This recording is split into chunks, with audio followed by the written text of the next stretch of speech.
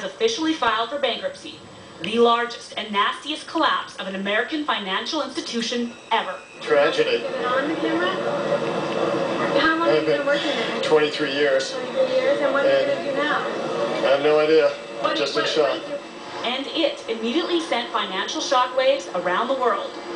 The Dow Jones down, the Toronto Stock Exchange way down, and across Canada, the heart rates of investors up.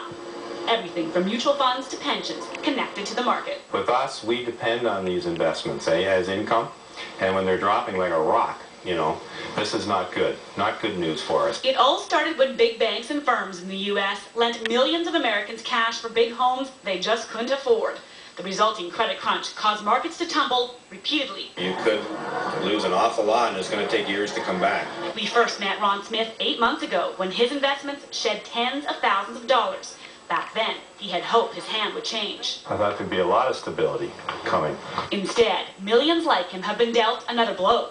And analysts say the collapse of Lehman Brothers, the sale of Merrill Lynch over the weekend, and news an American insurance firm has asked for a $40 billion loan is proof it isn't over yet. The stock markets are basically going down, a reflection of the concern that this might be a longer, more protracted downturn. It could mean as many as 30,000 jobs lost on Wall Street, and potentially several hundred in Canada.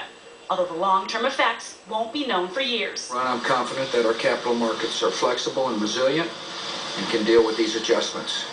If we were going to have some kind of big crash or recession, we probably would have had it by now, a year into the crisis. Well, Harper says Canada won't be hit nearly as hard as the United States. Canadians are clearly feeling the pain, but we have to stay where we are. We have to stay put. We can't panic.